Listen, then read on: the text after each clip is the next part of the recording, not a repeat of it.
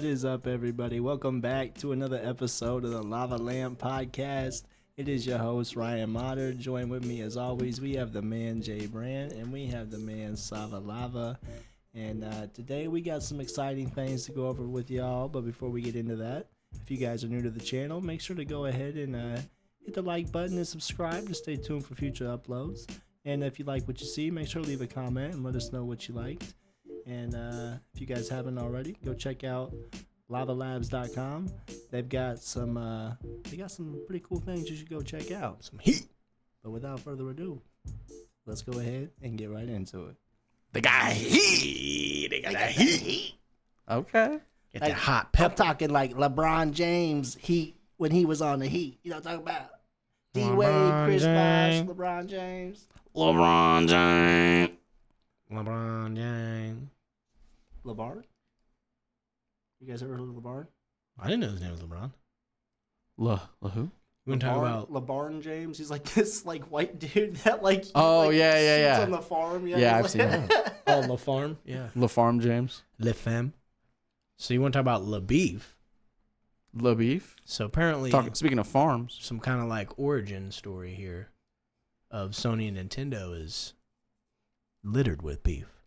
Oh. So it's kind of an interesting story about how Sony got their jump. It was kind of, Nintendo was already established, and they acquired, well, they basically paid Sony, asked them to be like the main researcher to get them a disc-based game because it was all cartridges for them. Oh. And they wanted to get into that because their graphics were lacking. So you were talking like PS1 where it was like you had to put the... Yep. So CD-ROM. Okay. CD-ROM was the future from cartridges, and Nintendo didn't know how to go about it, so they basically was like, hey, Sony, you should do this for us, and Sony put all this money into research development, and kind of didn't go well for Sony at first. But if you want to go, we have a little slide to go with it here.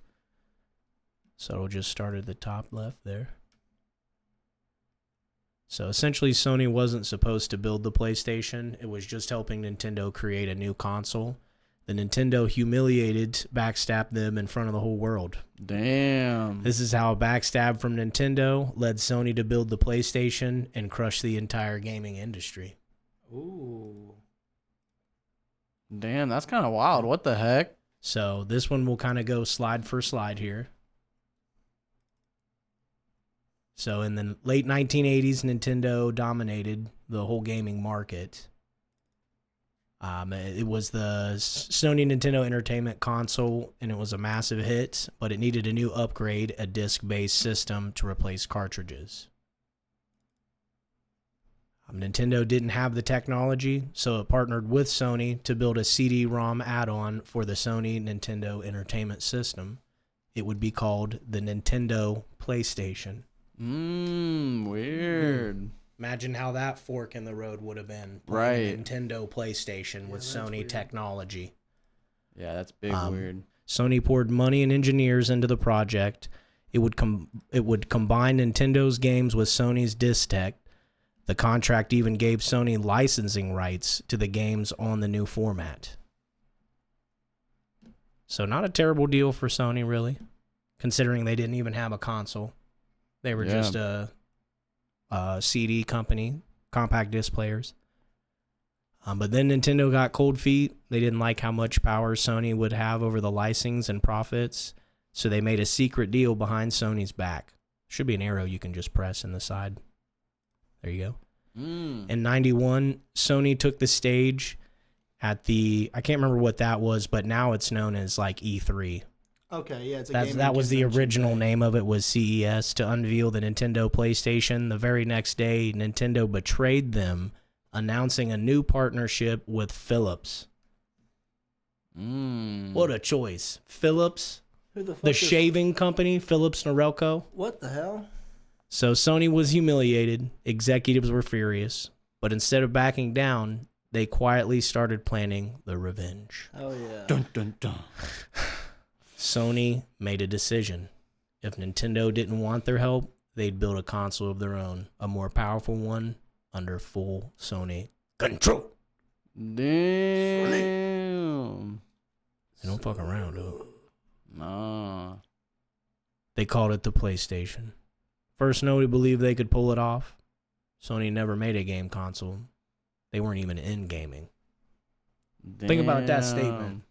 Wow. Never made a And console. We're not in gaming. Made the console, in my opinion. The console for sure. Everything that came after, you can argue what Xbox did with their products. They've been very successful, Nintendo and all that. But I'm telling you right now, PlayStation 1 changed the whole fucking Because the game, thing about Xbox, memory cards, you name it, Yeah. it was different. and the thing about Xbox too is it was already backed by like Windows and Microsoft. You know what I mean? Mm-hmm. So like they kind of already had their foot in the game. They had a little bit. PC, Yeah, so they just scaled down a cheap PC, exactly. basically. But when the PlayStation launched in '94, it was a beast. 3D graphics. So think about that. Mm-hmm. Nobody had that. CD-based games, more developer freedom. It was modern, cool, and cheaper to make than cartridges. Damn. Because the CD-ROM's made out of like silica plastic.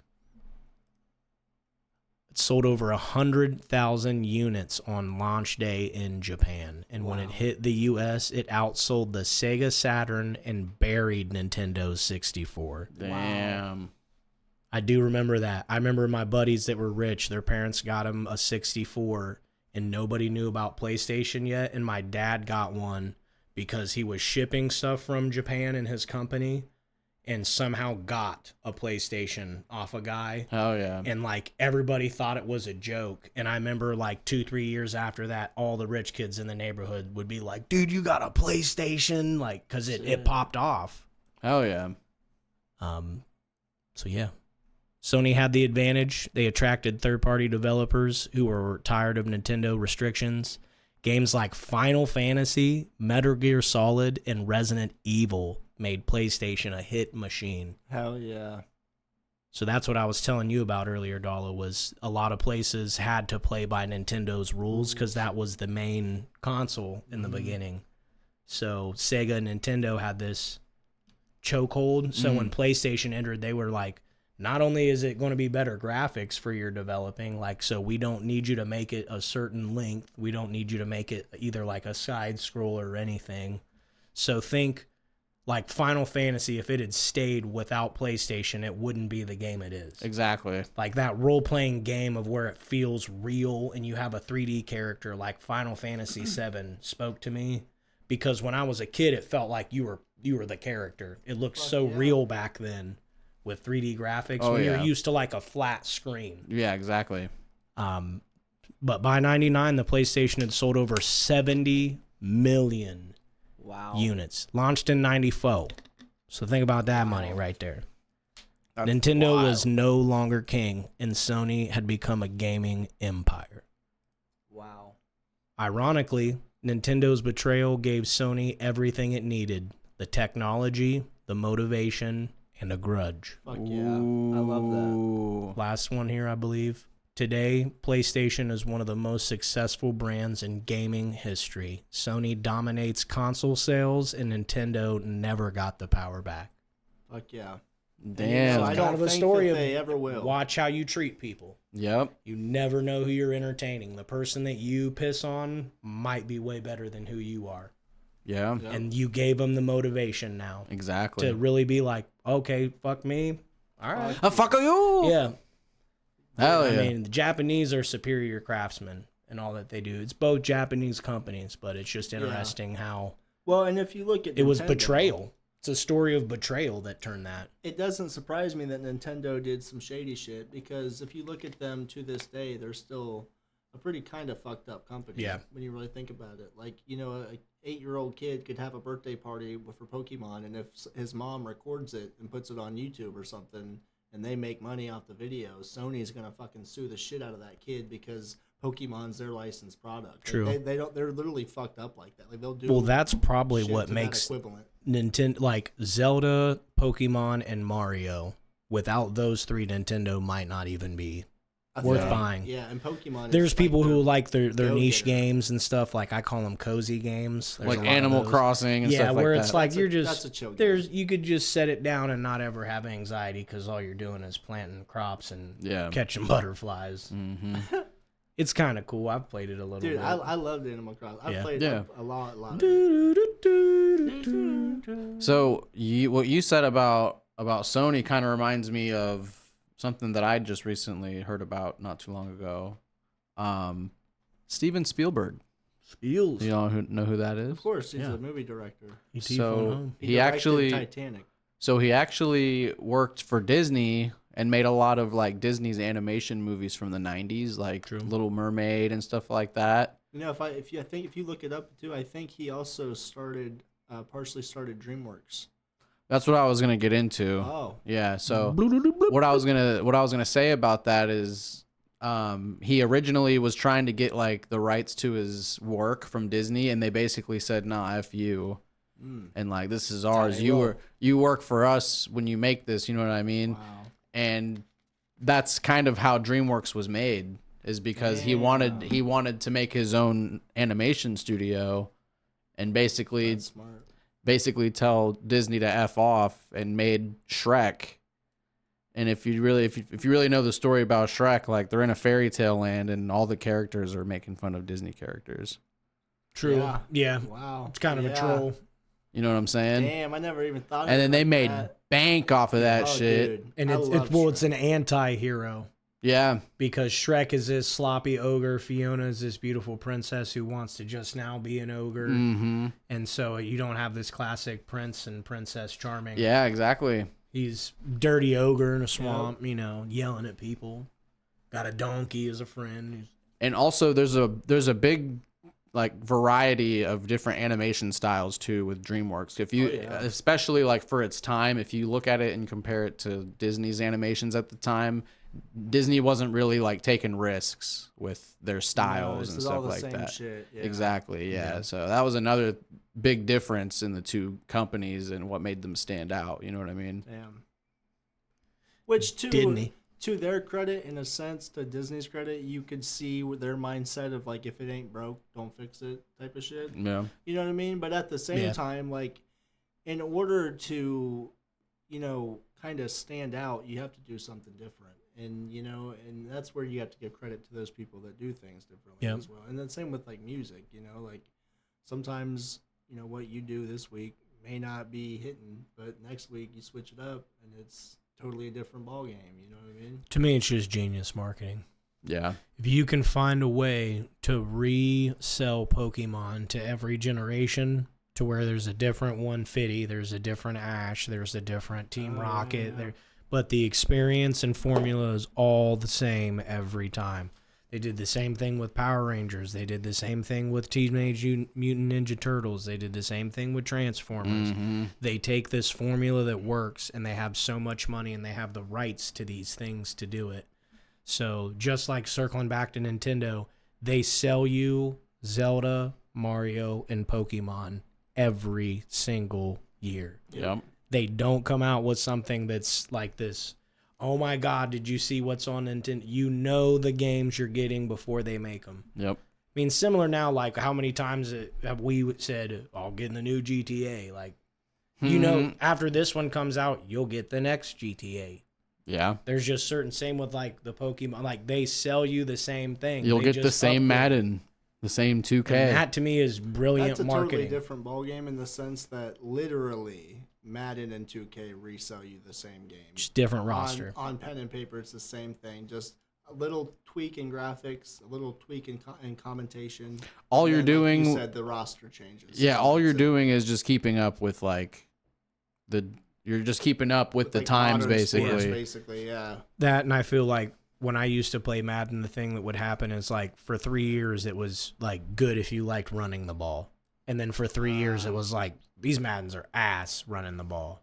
Yeah, It was like impossible. for sure. They would like get your player the second you were near any D lineman or something, and you'd be like, this doesn't happen this way. Yeah. And then the recent ones I played, I felt like it was a decent balance, but Yeah, they're more balanced nowadays, I'd say. I miss like so like the NCAA games. Yeah. NCAA 13, which was like one of the last ones that they made before they stopped making them. You could run and shit like crazy on that, and you could pass like crazy on that. I had Buckeye franchise one year, and I had a wide receiver who had over 100 touchdowns in a season. Oh, yeah, you could smoke people in those old ones. Yeah, I mean, it's just freaking crazy. Well, the 2K versions, they used to make 2K football games. I think it was up until like the mid 2000s. They do like they'd be NFL 2K5 or something like that. They had NFL games like that too, didn't they? And those were the best ones to play, and they got copyright by somebody, and like 2K can't make sports anymore or sports games. And it was like the college best games or something? because the linemen had AI. So they would know like if your player scrambled. Wow. They would know on like run plays to like when to slide and keep blocking. They would slide the pass protection automatically. Like the lineman would communicate within the game because they were AI driven formulas. Damn. And it's like if you're doing it, you already know what the defense formula is. Like it makes it easy for the developers, but they legit had smart AI to where like you could juke people using the lineman because the lineman would like be smart about how they would block. Like, they wouldn't block air like how that happens now. Yeah. Like, you'll get a Madden 25, I think I was playing, and just dude stands there blocking air. Yeah, that's the stupidest It's shit. like he would double team that guy, and it'd be easier to run the ball.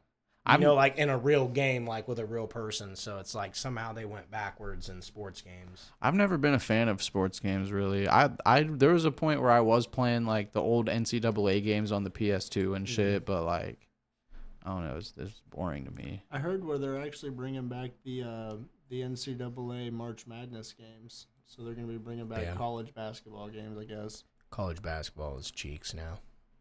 Yeah. They took away the one and done, so all your best players don't even have to go to college anymore. They can just go straight to the NBA. And with NIL, you basically have like 5 huge paychecks, and the best player on the team is going to pay attention to the other 4. And if he's less paid, he's either going to complain and leave, or something's going to happen. It's just so hard to keep a roster because that's all they care about is money on the basketball side. Damn.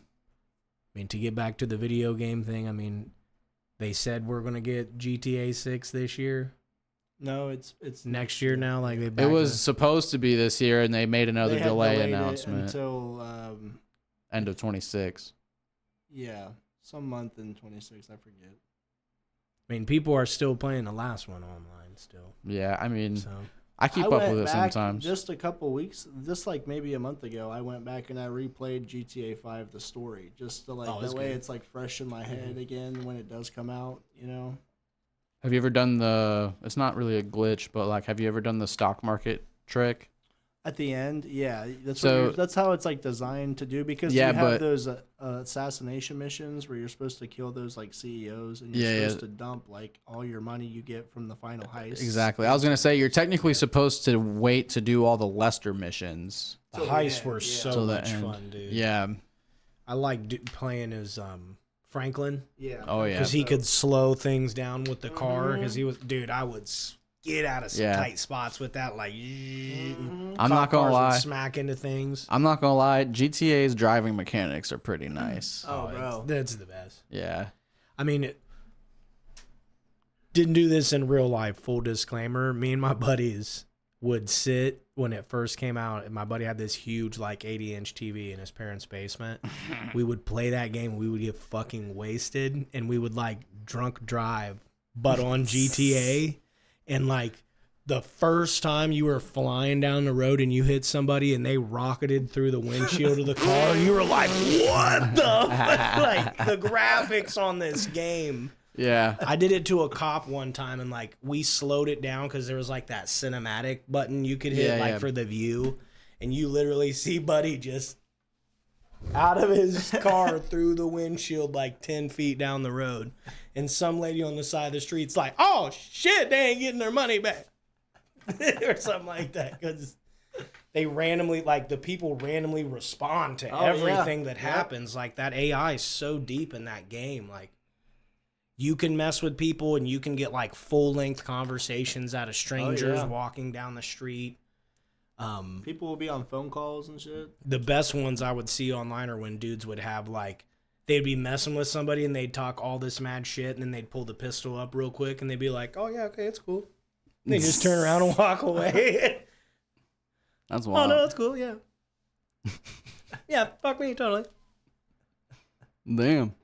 The shooting mechanics in that game. Oh yeah. Amazing. I like how you can aim and then if you hit X, you'll roll and shit. You know what I mean? So you can like spin out of situations and shit. I just like the pocket of like how it pulls up and like using the pistol in that game feels so fluid. I love the pistol because one, it saves you on wasting all your ammo, and you don't freaking need to put 15 shots in somebody in GTA. I mean, I literally jumped on somebody in GTA in my playthrough I did like a month ago, and I killed him. I have a clip of it I should have took and like brought for this, but I literally came out of the hospital after dying, and there was these two guys sitting here, and I just walk up and I like hit the jump button and I ran into him, and he just falls down and dies. I was like, what? The seat, like the fucking ambulance comes, they're trying to resuscitate him. I kid you not, the fucking paramedic steps down for like 1 second, stands up and goes, "Oh, we tried." Call it. I used to get online and I would earn someone's trust and help them do a bunch of their own heist and stuff. And then like I would get a plane and like help fly them around and do all their missions. And then once I gained their trust, I would just totally be in that plane and we'd be like cruising through a city and I'd just parachute. They would blow up and it'd be like, dude, we did like 3 heists, bro. We was cool. That's fucked up, Log dude. off. Red Dead Redemption, me and my buddy, when like the live first went live. For the first one or for 2? For Red Dead 2. Okay. We got online and this dude was running around and like we both got to this like bridge and my buddy got from one side to the other and he was like, oh shit. It was just like proximity chat and he like ran to my buddy Chris and then he turned around and started fighting me and my buddy Chris like hog tied him real quick and we drug him around on the back of our horse for 3 hours and then we let him off like the rope and he stood there and he was just like, I can't believe you guys did that. And we're like, bro, I can't believe that you like stayed logged on for the whole time. As soon as he walked away, I was like, pop. And then he started chasing us around like crazily and I just logged off. The second he was about to get me one time, I was just log off. See you, dude. You ain't get me. But it was so funny. He was kind of like, man, that was kind of fun. Like after we carried him around, he was like, so I'm going to just go now. And we're like, yeah, dude, it's cool. Thanks for hanging out. And it was just pop. was an outlaw. I mean, because you can have gangs and stuff. Like, yeah. We was doing wild stuff, me and my buddies. Dude, that shit's fun. We had a little posse, I think, is what it could start out You as. know, I've never really played Red Dead Redemption. I don't really know. That would be a fun one for us to get like an online thing on. Dude, Red Dead 2 is dope. I would get in the I've never played the whole series in general. I would need to find play the the first spawn one points. all the way through again.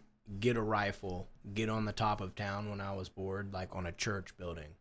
And I would unload on people that were just trying to go to the store to where no one could get in the damn store. And like the whole town would be like coming at your boy and they couldn't get me because I knew right when to pop out and shoot and keep coming in between this area. And the only way to get to me was to climb up this ladder, which I could see the whole way too. And you couldn't shoot or do nothing climbing. So I had it like all planned out. And again, once they'd get your boy, log out. Not today. That's wild, dude.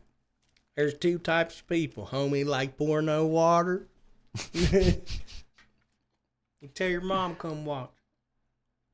I didn't know your mom was gonna watch. That kid was amazing, bro. What's porno water? Porno water. Is that like after you do a hardcore sexual interaction, the water you drink afterwards? That's what I thought that's you the said. best one. I know you said porno No, water. I thought you said it before me though. That's what I thought you said. What did you say before that? All I can think of is porno water now. That's what I heard was porno water. Porno water. Porno in disguise. Reminds me of that Family Guy episode. I think it's the Halloween one. They got This has spring water, dog. they're at that party. They're at that costume party playing Spin the Bottle, and Bill Clinton's there, and it lands on this one chick, and it lands on Bill Clinton, and he goes, we're gonna make some white water.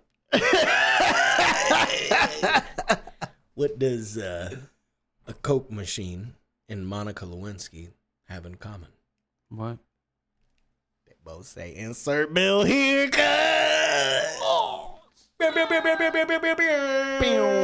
We appreciate every single one of y'all that tuned in this week for another episode of the Lava Lamp Podcast. And if you guys haven't already, make sure to go ahead and hit the like button and subscribe to stay tuned for those future uploads. And we will see you guys in the next one. Peace. Bye.